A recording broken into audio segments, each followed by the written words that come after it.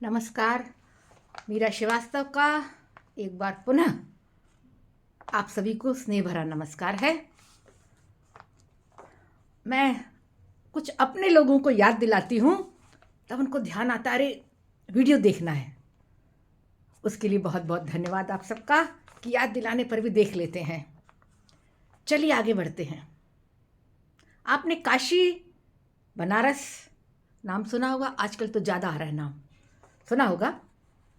काशी कह लीजिए, बनारस कह लीजिए, वाराणसी कह लीजिए। यहाँ पर बौद्ध धर्म और हिंदू धर्म की बहुत सारी चीज़ें हैं। यहाँ पे संगीत भी है, संगीत घराने हैं। संगीत में वादन का क्षेत्र हो, गायन का क्षेत्र हो, नृत्य का क्षेत्र हो। बनारस घराना नृत्य में भी है, बनारस घराना गायन में भी है, और वादन के तो फिर क्या कहने। बनारस के घरों घरों में पूजा होती है, बच्चे का जन्म होता है, छठी होती है, दशटौन होता है, बरहई यानी 12वां दिन बरहई होती है, मुंडन होता है, कंछेदन होता है, और यहाँ तक कि शादी होती है। मंदिरों में उत्सव होते हैं, धार्मिक उत्सव होते हैं। तो यहाँ पर एक और चीज मशहूर है, एक और चीज की आवाज सुनाई देती है, और वो है शहनाई। जी हाँ, शहनाई। शहनाई एक मंगल ध्वनि है जो हर घर में, हर मंदिर में, हर धार्मिक उत्सव में वहाँ आपको दिखाई देगी, बनारस में। और यही शहनाई आपने आकाशवाणी में मंगल ध्वनि में सुनी होगी।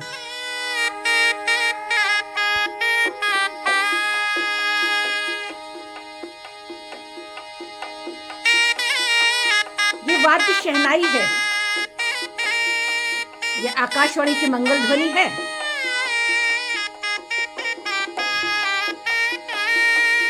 मंगल ध्वनि यानी शुभता की सूचक। मंगल ध्वनि शुभता की सूचक। हर शुभ कार्य में, हर शुभ समय शहनाई हमें बजती सुनाई देगी। यही काशी की, यही बनारस की, यही वाराणसी की खासियत है। और ये शहनाई केवल उस क्षेत्र में ही नहीं, हम अन्य क्षेत्र में भी, उत्तर भारत के क्षेत्रों में देखेंगे तो ये हमको सुनाई देगी और दिखाई देगी। कई बार हम बोलते हैं ना, अरे भाई शहनाई कब बज रही है।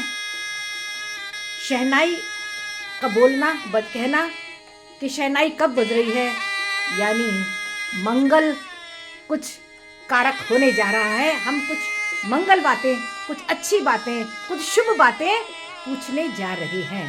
ये है शहनाई।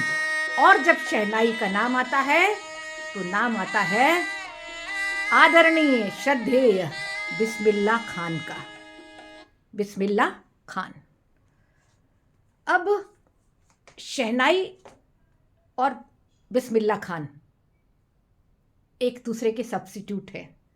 वैसे तो बहुत सारे शहनाई वादक और भी हुए हैं, परंतु शहनाई को जिसने पूरे विश्व में पहुंचाया, घरों घरों से निकालकर पूरे विश्व में पहुंचाया, वो है बिस्मिल्लाह खान।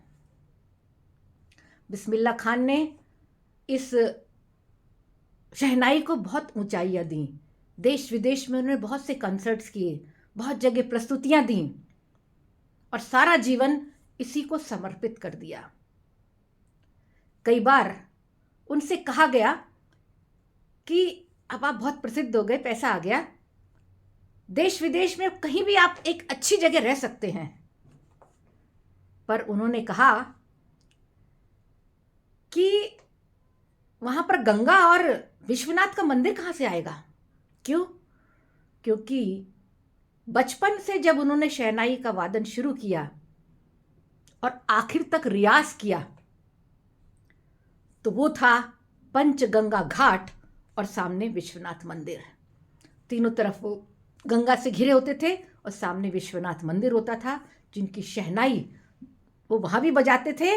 और सारा जीवन उन्होंने जितना रियाज किया वो उस पंचगंगा घाट और विश्वनाथ मंदिर के सामने किया।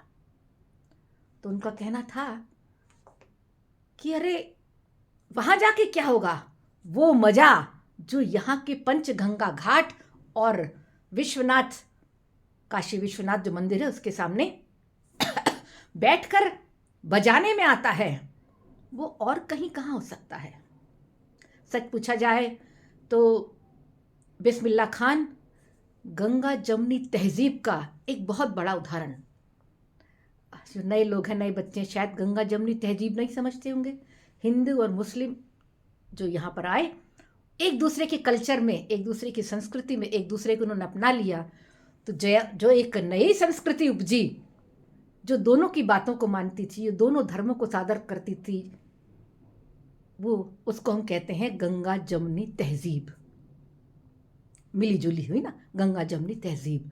तो इस तहजीब का, इस संस्कृति का एक बहुत अच्छा उदाहरण बिस्मिल्लाह खान थे।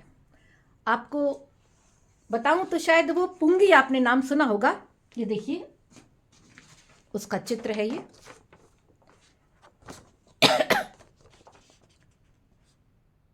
इसको आप पुंगी भी कह सकते हैं, इसको आप शहनाई भी कह सकते हैं।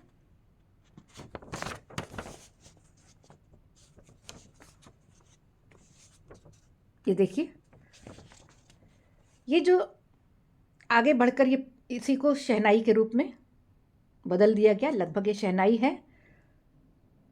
ये धातु का बना है।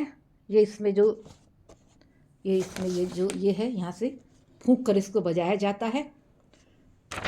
ईख गन्ने से बना होता है, गन्ने की लकड़ी, उसके ऊपर कुछ ये धातु की प्लेट लगा दी जाती है। ये इसके छेद हैं, ये देखिए।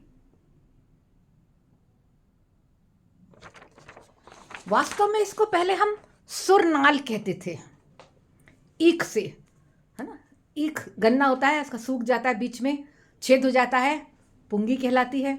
बचपन में हम छोटे छोटे खिलौनों से खेलते थे, पुंगी से बजाते थे। तो ये पुंगी से निकलकर ही आगे आया और बाद में इसका, जैसे कि हम सुरनाल, सुरमय, सुर यानी स्वर, नाल यानी नाली। तो जो ईख की, जो गन्ने की नाली होती थी, उससे जो बनकर निकला वो सुरनाल। आगे चलकर इसका रूप सुधरता गया और इसको शहनाई के रूप में हम जानने लगे। तो शहनाई का जो विदेशी रूप है, जो यूरोपीय वाद्य के रूप में जानते हैं हम, लगभग शहनाई जैसा ही दिखता है, उसको हम बोलते हैं क्लैरिनेट। तो क्लैरिनेट जो है वो यूरोपीय वाद्य है, और यदि इसको हम कहें तो उसको ये भी कह सकते हैं कि एक विदेशी शहनाई है। ठीक है, हमारे यहाँ शहनाई उसका इतना अच्छा विकास और इतनी प्रसिद्धि उस्ताद बिस्मिल्लाह खान जी ने दी कि वो शहनाई लोकवाद्य से शुरू हुई, यानी घरों घरों में बजाई जाती थी, मंगल वाद्य का सूचक थी। आज भी आप सभी देखते हैं कहीं कहीं, चाहे वो हम डेस्टिनेशन मैरिज ही क्यों ना करते हों, ऊपर कहीं बैठे होते हैं या साइड में कहीं बैठे होते हैं, नगाड़े भी लिए होते हैं, ताशे भी लिए होते हैं और शहनाई बज रही होती है। ये शहनाई ही मंगल ध्वनि का सूचक है।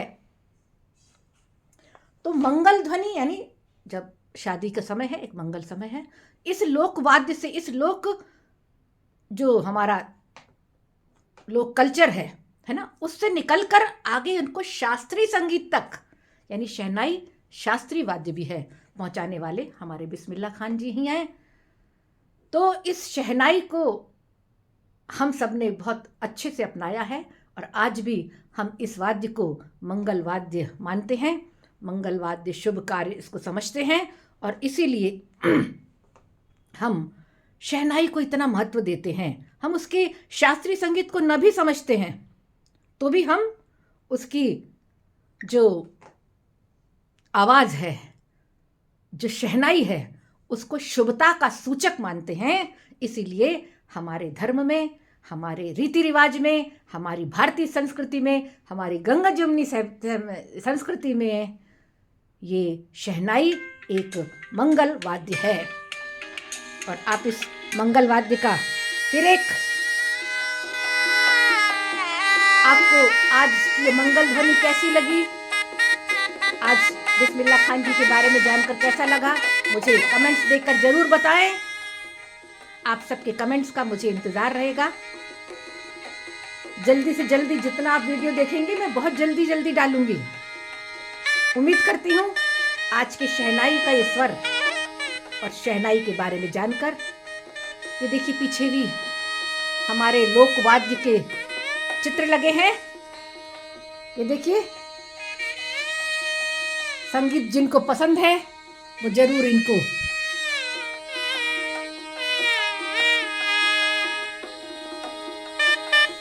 उम्मीद करती हूँ आज का ये एपिसोड पसंद आया होगा।